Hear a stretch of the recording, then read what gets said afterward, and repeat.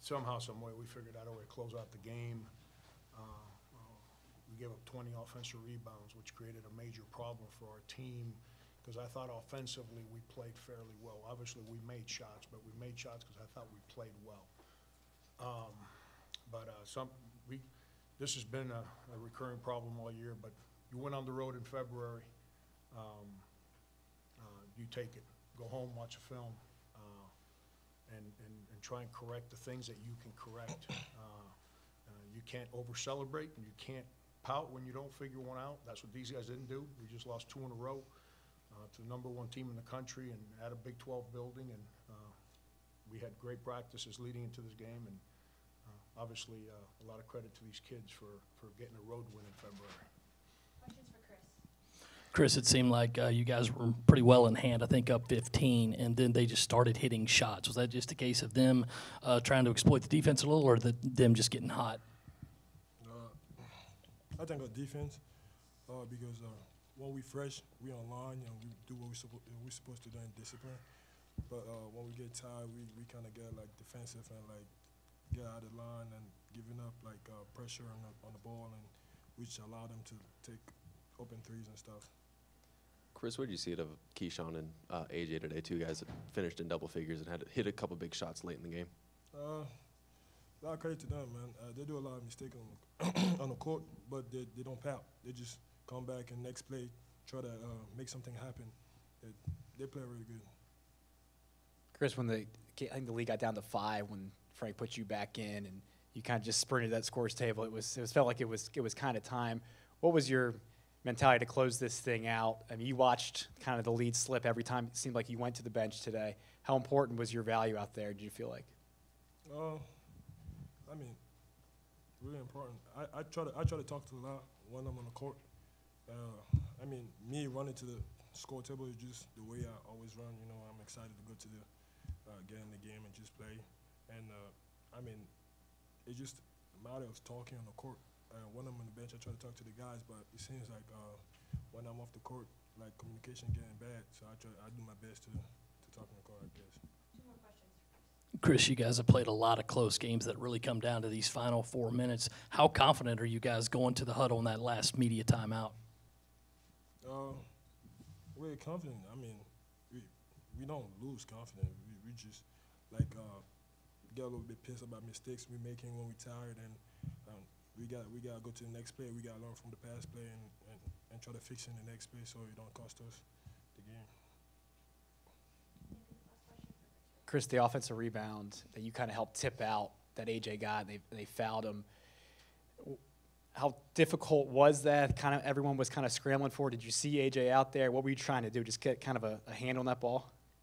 Yeah, I mean, I always try to go to the glass, but it's something that we talked in the locker room as a scouting report because this team play a lot outside, so it was like they're gonna take long shots. It's gonna be a long rebound. So I guess like we did a lot of watching instead of putting first blood and giving contact, and we just watch, and that cost us a lot this game. And I mean, when I got like 5 people around me, I try to grab it. If I can, I just try to tip it to the next person. Thanks, Chris. Questions for Frank?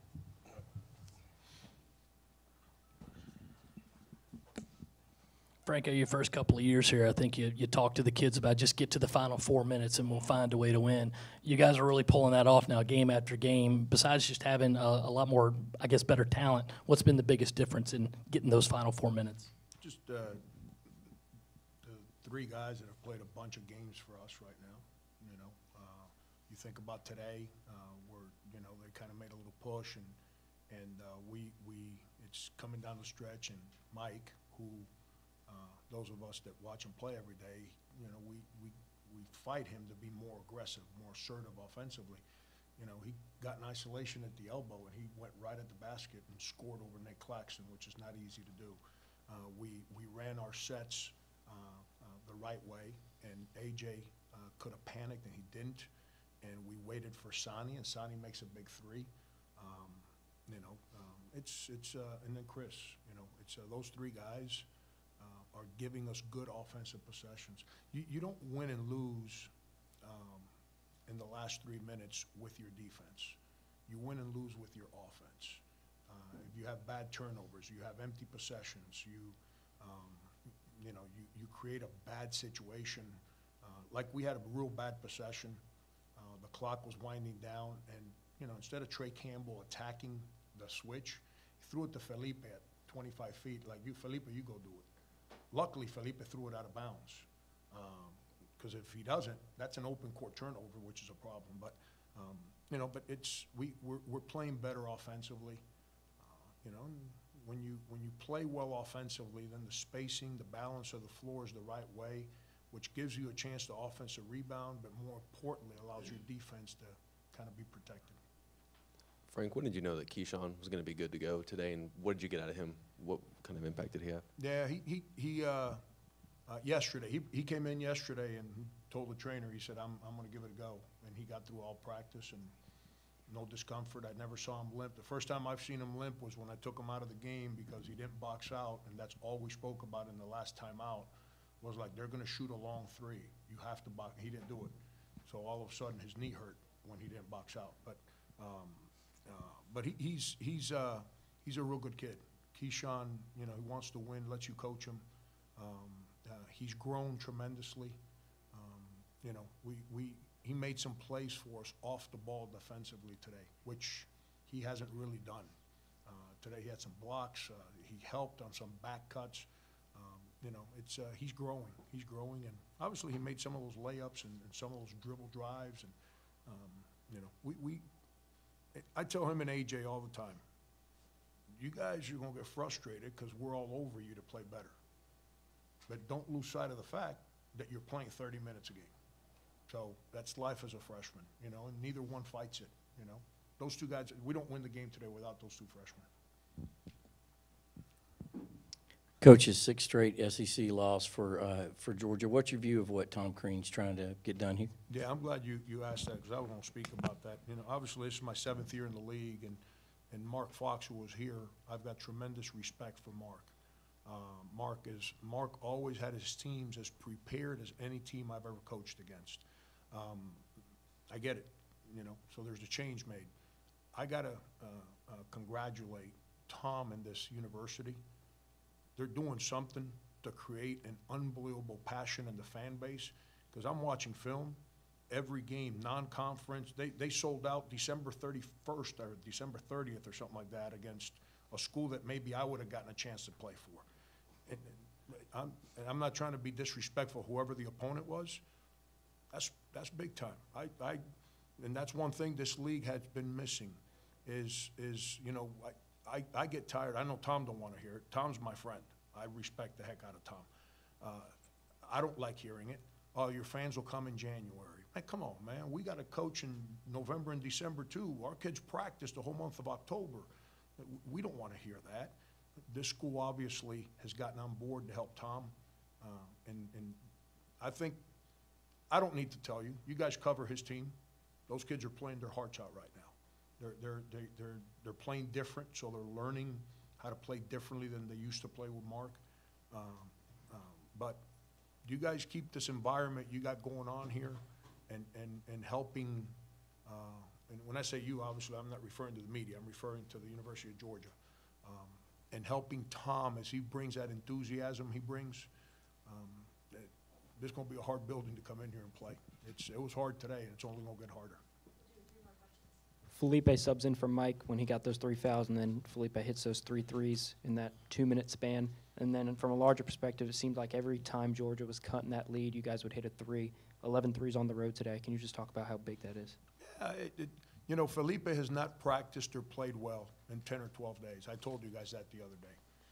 He actually did not practice, so he's the one guy on our team didn't practice well the last 2 days. I have no idea why. He might be tired. I don't know what it is. He's not. And like I just said on television, I'm probably not the right coach for somebody who doesn't practice the right way. I tend not to be very positive and chipper when guys don't come in excited about practice. But give him credit and his teammates credit. You know, he stayed the course, and he didn't play well in the first half today. You know, we're going to speak about him on those threes he made. He can shoot the ball. I don't mean to be like, I don't know what the word is. My public school education just kicked in, but like I've seen him make three, 4, 5 threes in a row. It's about time he does it in a game, because that's what he's capable of doing. So I'm happy he did that.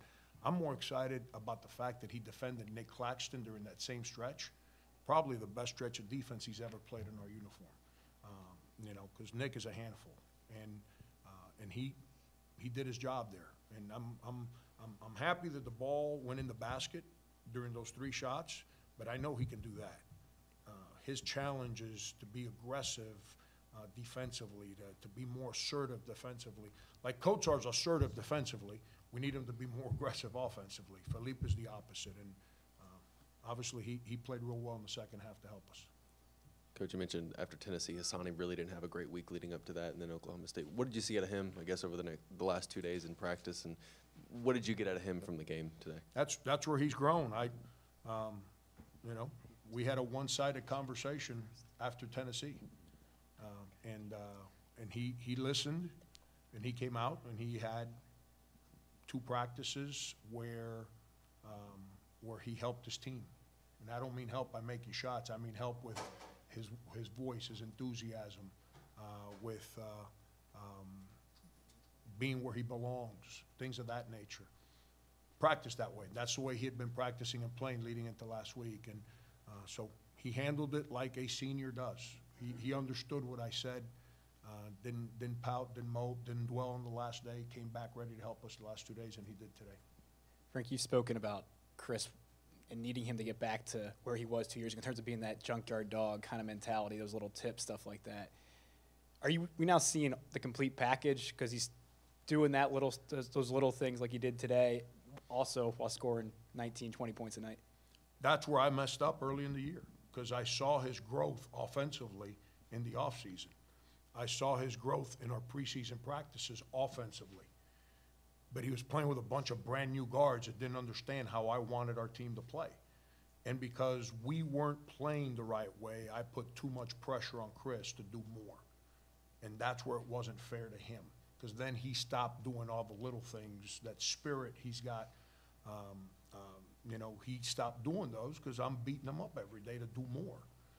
And that's where we sat down and we had that powerful conversation that I understood him loud and clear. He did, like with Hassani, I needed him to understand me.